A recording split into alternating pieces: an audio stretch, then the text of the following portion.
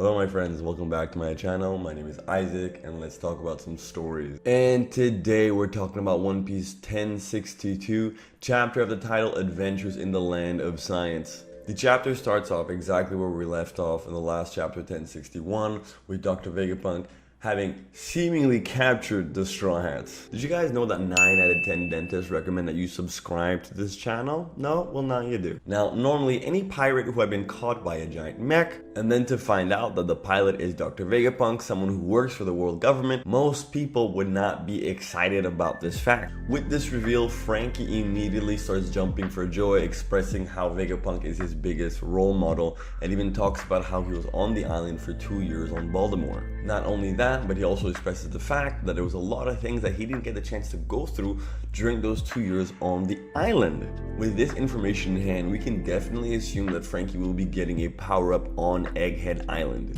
Wow. Push this theory even further, we have Usopp of all people comparing the size of this giant mecha to General Frankie, and how General Frankie is several times smaller than the mecha that Dr. Vegapunk is currently operating. And obviously because Dr. Vegapunk is a super sexy lady, you have Sanji. Gotta be Sanji, you know, he's all about that ladiness. All about that schmecks. Thankfully for the Straw Hats, Robin is there. She immediately remarks that there's never been any mention of Dr. Vegapunk being a woman.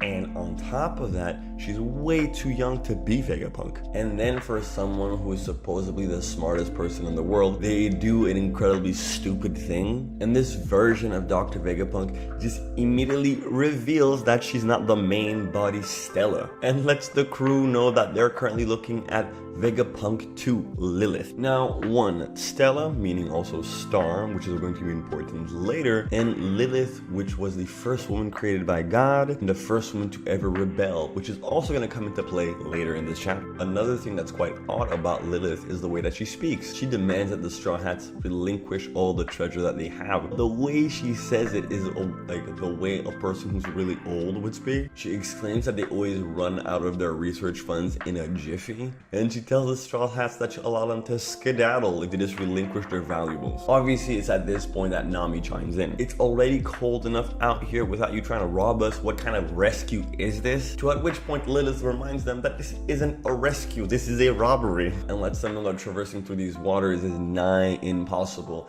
And that's when we get the revelation of mechanical sea beasts. And with this revelation, the Straw Hats seem unfazed, except for Frankie, who's even more in awe, except for Usopp, who's still in awe, but his sense of fear is greater than his awe.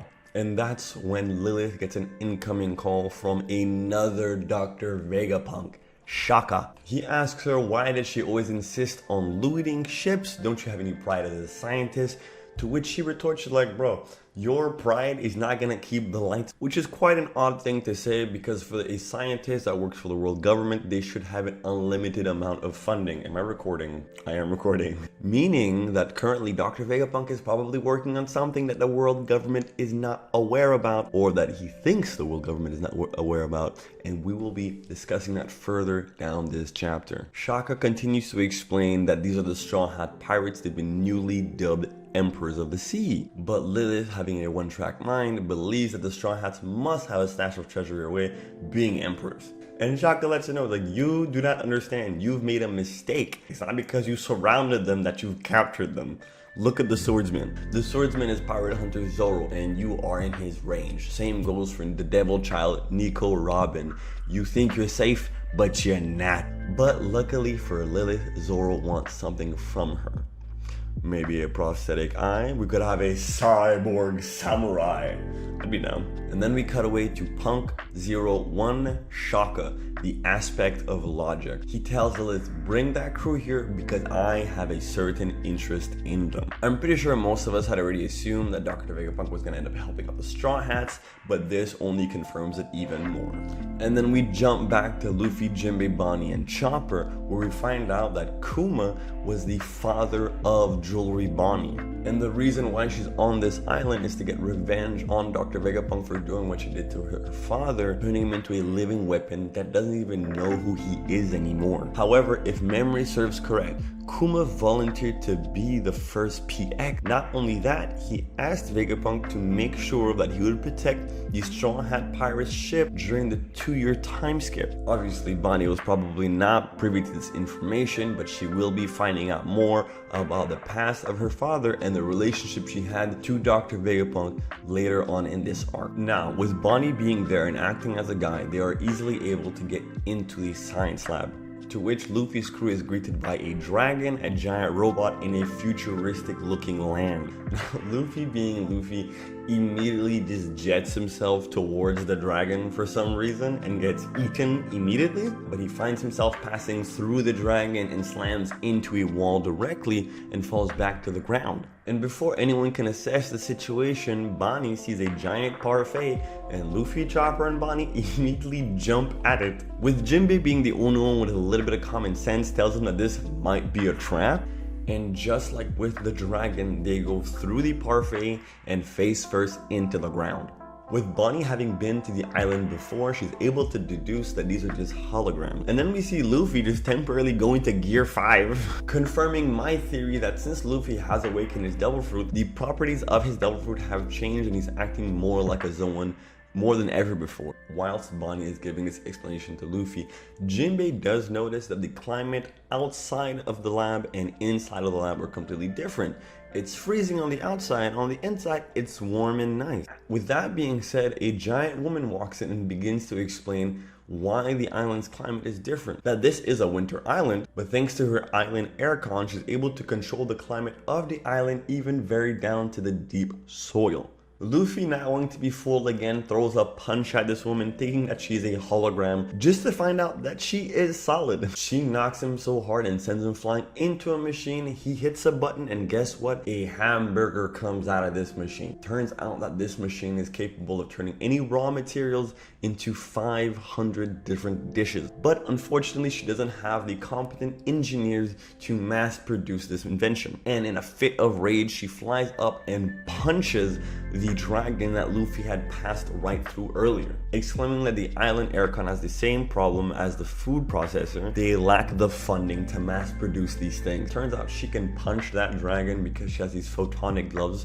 which allows her to touch light. Now, while Luffy, Jinbei, and Chopper are stuffing their faces with food, thankfully Jinbei has the right mind to ask this woman who is she, and that's when we find out that she is Dr. Vegapunk 06 Atlas, the aspect of wrath. With Luffy and Chopper being flustered and Bonnie being suspicious, wait a minute, something ain't right.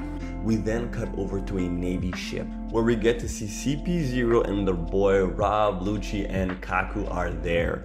Kaku is explaining to Lucci what the mission is and who Dr. Vegapunk truly is. It would seem like Dr. Vegapunk is one person, but because he's so occupied all the time, he decided to create 6 versions of himself, each containing a different aspect of his personality. 1 being logic, 2 being evil, 3 and 4 being flair and wisdom, desire and wrath being 5 and 6. These 6 versions of Dr. Vegapunk are known as satellites. Previously, Lilith had mentioned that Dr. Vegapunk was going by the name of Stella. Stella meaning star, and then you have the 6 aspects of Vegapunks being satellites rotating around that star. And that's when we find out CP0's true intentions behind their visit to Egghead Island. They have a 2-part assignment, 1 being the Seraphim Kuma, which is not working properly, will be returned to Egghead Island. And the second part of their plan is to make sure that they do not damage the lab while eliminating every single version of Dr. Vegapunk. Nani? Lucci, being smart, wonders to himself, why would they kill the most useful man in the world? If I was a betting man, I would 100% believe that it has to do with whatever Dr. Vegapunk is working on without the government funding. I wouldn't be surprised if it has to do with something with Uranus. And that is where the chapter concludes. Y'all let me know what you think, why the government wants to eliminate Dr. Vegapunk in the comment section down below. Leave a like if you like the video, leave a dislike if you dislike the video. Any feedback is good feedback, and I'll see you guys next time.